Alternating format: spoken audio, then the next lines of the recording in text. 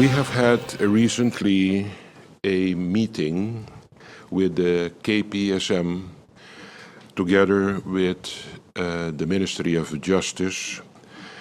It came to our attention that some measures are necessary to take because of some challenges with the security actually and guaranteeing safety for the upcoming elections on the 19th of August. First of all, we are realizing that there is an increase in violence in general in our community. Secondly, if we observe what is going on in our community, we see that there is a lowering of the level of how campaigning is being led in general to a level that our people, our community, is not accustomed of. We are seeing even that there are statements being made or positions taken that is inducing or stimulating violence, promoting disunion in our community, inducing hatred feelings, aggression, and actually intention to disaggregate our community that for us is to a level that is unacceptable. What I do think is that it's time now for us to realize what we are actually realizing, what we are saying to the people, what our vision is for our country. There's nothing wrong with that. But the way the campaign strategy are being conducted, it's challenging a little the morals and principles of our community. Even so far that the police force of St. Martin found it necessary to have a meeting with us for us to see how we can guarantee a safe election day on the 19th of August. In any way, we are not going to tolerate violence on that day, and we want to guarantee safety for the people of our country because we are known as a people that can behave ourselves. We have never had aggression during election time, and what our leaders are now doing, there are some ones that are actually inducing, stimulating, actually the disunion of our community, and I think this is a wrong thing to do. And as I said, it's actually in a way, in a context that our society has never been encountered with, and I think it's time for us to introduce some peace again in our community, show St. Martin and the world that we are civilized people. And it's just a process of election, it's just a process of a democratic way of expressing our governing system that we have in St. Martin. And this Prime Minister for sure will do whatever it's in his power to guarantee a safe and smooth election for the people of St. Martin. We are planning, of course, to work on the enforcement of the public order. We are going to work on seeing how we're going to assist the police force of St. Martin in any way that we can guarantee the security, safety, and peace of this community. We have lost some young lives recently, and whatever measure we have to take to save a life in this country, this government and this Prime Minister will do whatever has to be done as long we take the necessary measures to guarantee a safe, secure election day for our people in our country.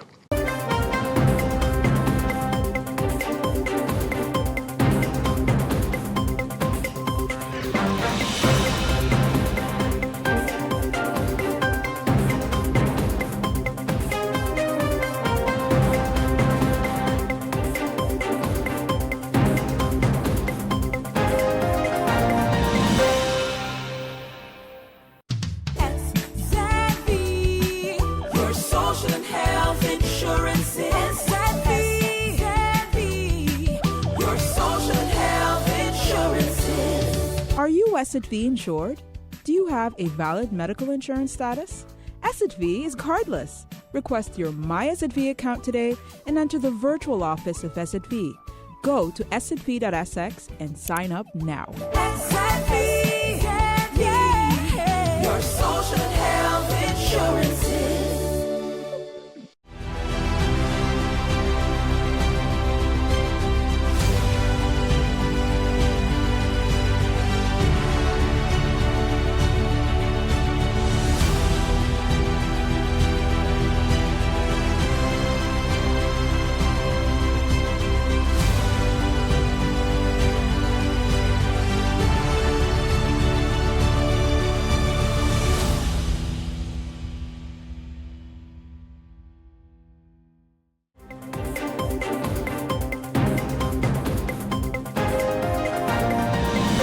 I want to first begin, before go any further, by regretfully announce that we have lost two great men coming from the East, Finch Quarter, in the person of Alvin Rupert, and also Julian Brooks, better known as Juku.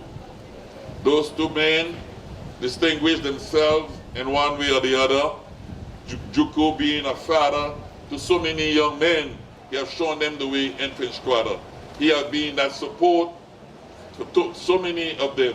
And this is what I've learned by frequenting people of Finch Quarter. So before going any further, I will kindly ask the crowd here this morning to stand and let us observe a moment of silence for Mr. Julian Brooks and also for Mr. Alvin Rupert. Please stand. Say something that I believe is most fitting to say at this hour.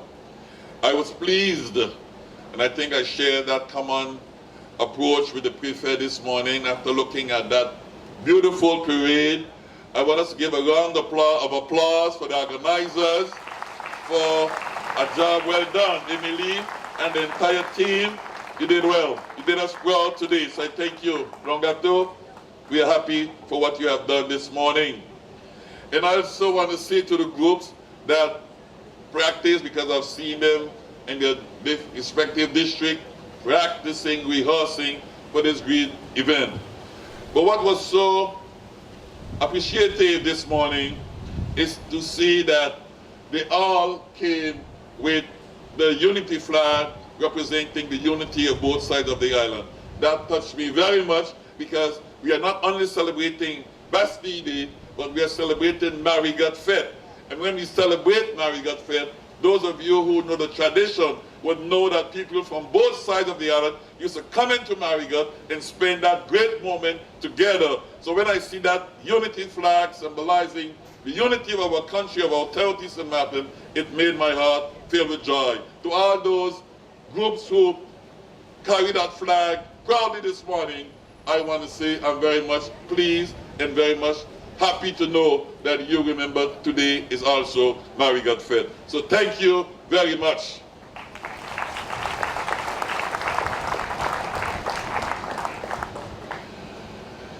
I will not go back into what I've said in the French language, because I believe that most of you can understand, at least speak or understand both languages. So I will curtail on certain things. But I cannot say two words about, again, what happened a few weeks ago, because you have heard the call. I said, we have said it as a group, the RSMA group, explicitly, that we are going through a midterm election, even though it's not in the French Constitution, but because there was a circumstances where the president had decided to dissolve Parliament. We went to the polls, and I said that let us use this ballot to say to the RSMA team, if you are happy with our way of handling the affairs of this country, vote against. But if, on the contrary, you are pleased with our performance thus far, take that ballot and show your commitment, your loyalty, and your commitment to serve and to work with the RSMA team. and we all know the results. So I say thank you to all of you for giving me that sense of confidence and giving the entire team the assurance that the people of this country are standing tall and are standing tall and proud behind the LSMR team. I thank you for that. And that display of confidence which has been expressed with your ballot a week ago or more has renewed our energy and our determined spirit to work and to make this great St. Martin Island a greater place where everyone can enjoy the prosperity that we are trying to bring back to this lovely island that we all love so much. Yes, it has renewed our spirit, because that's what I said earlier. We have launched the competition for the architects to design various buildings. One for the administration building, the new administration building, I should say. Because you all know that the building in Marigot is an outdated building. You also know that since the devastation of Hurricane Irma, our services are scattered all through the city. So we made a decision to construct in the near future a new building that will house all the administrative services of the collectivity. So the design from the new architects will lead the way in terms of what quality building will be most fitting in the country. The same is valid for the cultural centers, both in Standing Ground as well as in French Quarter. And also those from the Public Works Department, rest assured that you will have a building in the near future as well.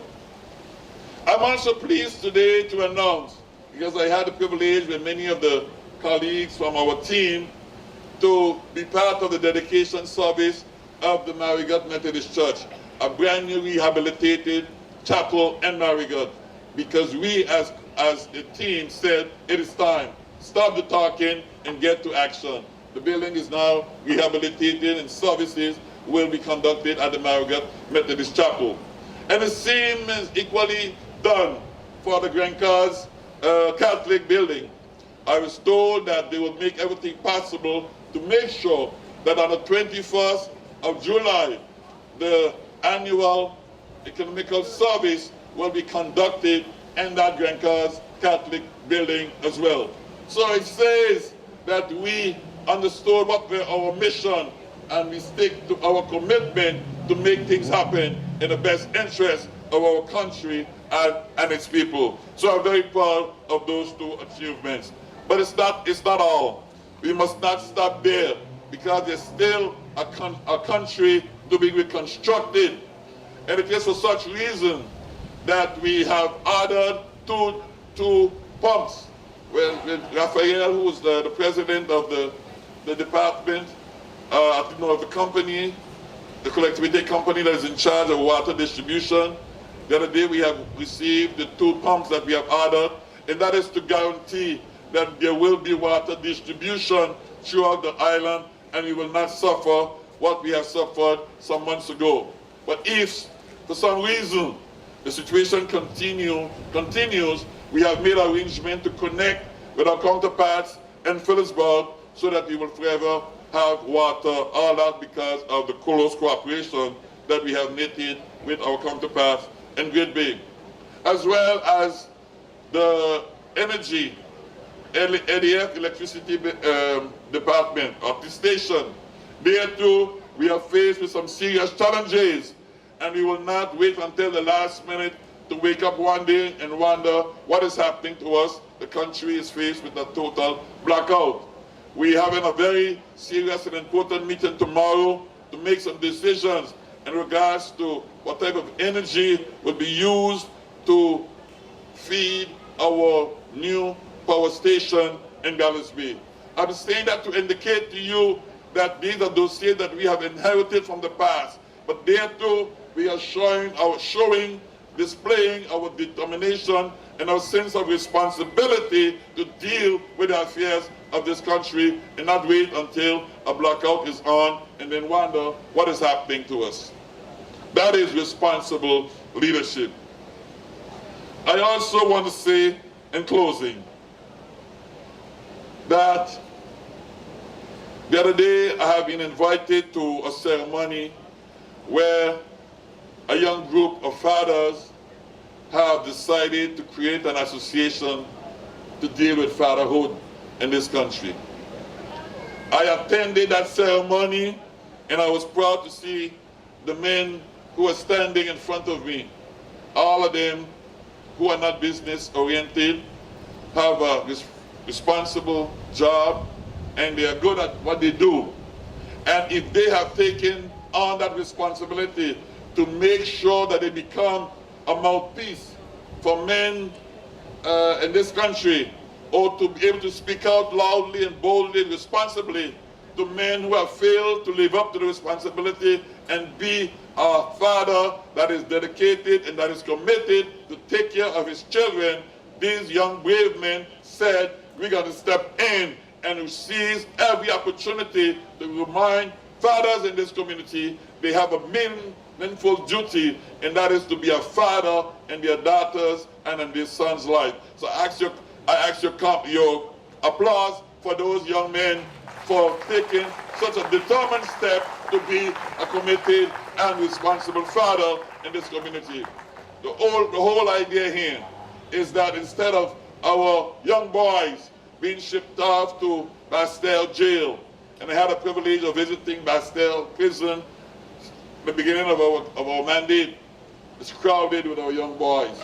And the sad reality is that more and more are going to prison. Well, we want to put an end to that. And those young men with the Fatherhood Association have shown the way. We want to turn things around and making sure that instead of going to the prison, they are going to the universities wherever they are. That's the commitment that we are making. And our initiative, well described and supported by First Vice President Alain Richardson, is to rehabilitate the center in Cul-de-sac. We are hoping to work with the RSMA, but it's to open a center where young men and women would be trained to become masons, plumbers, electricians, and all the professions needed in the public work building. We would like that within the next 4 or 5 years, we have qualified young professionals from this soil, St. Martin. That is our commitment to you as well. And in closing, I want to say that there will be an honoring ceremony just after my intervention, and it is to recognize those of you who have in one way or the other have shown your commitment, your willingness to go beyond the call of duty to help improve this, and to show your, how should I say, your concern for your fellow St. Martiner. There will be the association from Finch Quarter that will be recognized because they went beyond the call of duty. When SAW could not produce water, they took it upon themselves to use their trucks and to deliver water in the various buildings, in the various areas, districts in Finch Quarter to make sure that no one was left without water in their neighborhood. That is an effort that today is enjoying the full support of the collectivity. That is why that association will be honored here today. We also want to honor the young man, well, no young man anymore, but someone who has proven his point in the area of broadcasting. You will hear more about his efforts and commitment in a few minutes. This is to tell you, and then of course, there are those who have between 39 and 40-something years of dedicated service at the collectivity. So to all of you, I say congratulations, and on behalf of the RSMA team, we thank you for your committed spirit, for your understanding as to how important it is to do what it takes to make St. Martin a better place and to show that community spirit that makes us a distinguished people in the Caribbean. So on that note, I want to say thank you. Thank you to each and every one of you being here today. Thank you for those who will be honored for your commitment and your dedication. May God bless this wonderful land. Vive Saint-Martin, vive le 14 juillet, et vive la famille saint-martinoise dans son grand ensemble. Thank you very much.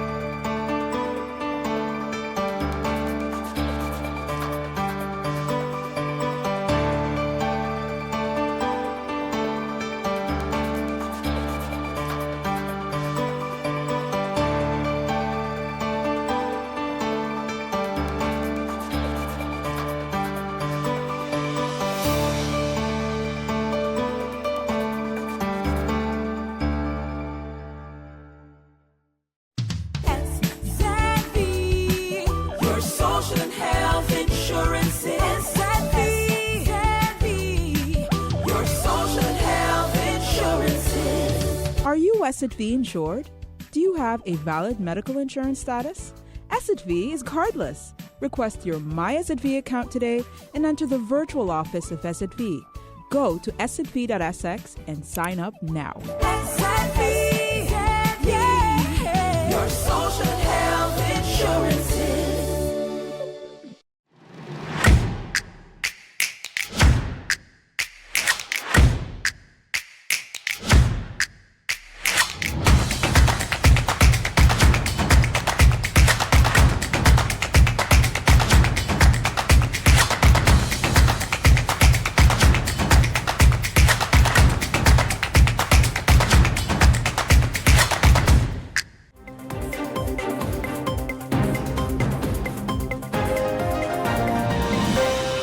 Madam Chair, on the agenda today is the matter of the increase of the age limit for members and deputy members of the Integrity Chamber, an essential institution within our governance framework. This organization plays a key role in upholding the integrity, the transparency, and accountability standards within government and its entities. Many of us should be aware of the following information, but for sake of those who have not had the opportunity, I wish to provide you with the following information. The Integrity Chamber was established following the adoption of the National Ordinance Integrity Chamber in December 2017, which entered into force on December the 28th, 2019. Its creation was a response to various integrity-focused reports, notably, for example, the Witt-Sampson report titled Doing the Right Things Right. These reports highlighted the need for a dedicated body to oversee integrity within our government and its entities, including government-owned companies. The Integrity Chamber has an independent entity with three primary tasks. First, the Chamber renders advices and proposals. It presents recommendations on policies aimed at enhancing integrity within the country. These recommendations can be made independently or at the request of the Prime Minister, a responsible minister, or Parliament. Secondly, the Chamber raises awareness on the importance of integrity.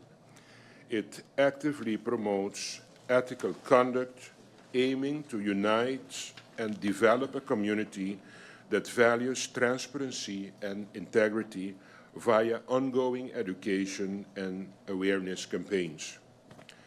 Thirdly, the Chamber investigates suspected misconducts. The organization has the authority to investigate suspected misconduct within administrative bodies. These investigations can be initiated based on received notifications or on the Chamber's own initiative. The Chamber consists of 3 members and is supported by a secretariat. The secretariat is led by a director who oversees daily operation and ensures the smooth functioning of the organization. Additionally, there is a supervisory council, also with 3 members, which oversees specific activities of the Integrity Chamber and handles complaints regarding its conduct. Now I return to the matter of increasing the age limit for the members of the Integrity Chamber. The draft was presented to Parliament and discussed in the Central Committee meeting of September the 13th, 2023. The final report was sent to Government, and Government provided the answers by letter dated November the 9th, 2023. I understand that all those documents are already by Parliament. In short, the objective of this amendment is to adjust the maximum age allowed to be a member of the Integrity Chamber from 70 to 75 years. The reason for this adjustment was already discussed in the Central Committee meeting, as mentioned, among others, the difficulty to find potential candidates considering this not a full-time job. The other reasons are mentioned in the elucidation by government in their response to the final report. So the question by many for the reasons for the increase has already been addressed, but still I want to mention the following reasons. One, the function of a member of the Integrity Chamber is a part-time job of 0.5 FTE. This makes it very difficult for persons with full-time jobs to apply and limits the pool of candidates that could be considered for the function. Secondly, another limitation of the pool of candidates is appointment terms. Members are appointed for 3 years and can only be reappointed once. The total appointment period is therefore maximum 6 years. As the pensionable age is increasing, it's also difficult to find candidates under the age of 70 years to fill the function for the maximum term of 6 years. The law also defines several functions that are incompatible with the role of a member of the Integrity Chamber. Increasing the age limit would allow for a more diverse pool of already limited candidates, especially in the local market. Older, more experienced candidates often bring a wealth of knowledge and understanding of local and international governance. When it comes to overseeing ethical standards and practices over the long term, older persons and members can provide stability and continuity. Experienced members also serve as role models for younger generations, demonstrating the importance of integrity and the impact of a lifelong commitment to ethical governance. The government of St. Martin acknowledged the increase in life expectancy and overall improvement in the quality of life, both stimulated by improved health care, as a reason to increase the age from 70 to 75 years for the members of the Council of Advice, the General Audit Chamber, the Ombudsman, and the Constitutional Court.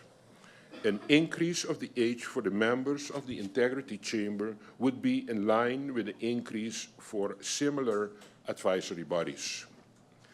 The increase would also further strengthen this institution, ensuring it's equipped with the necessary experience and perspective to uphold the highest standards of integrity.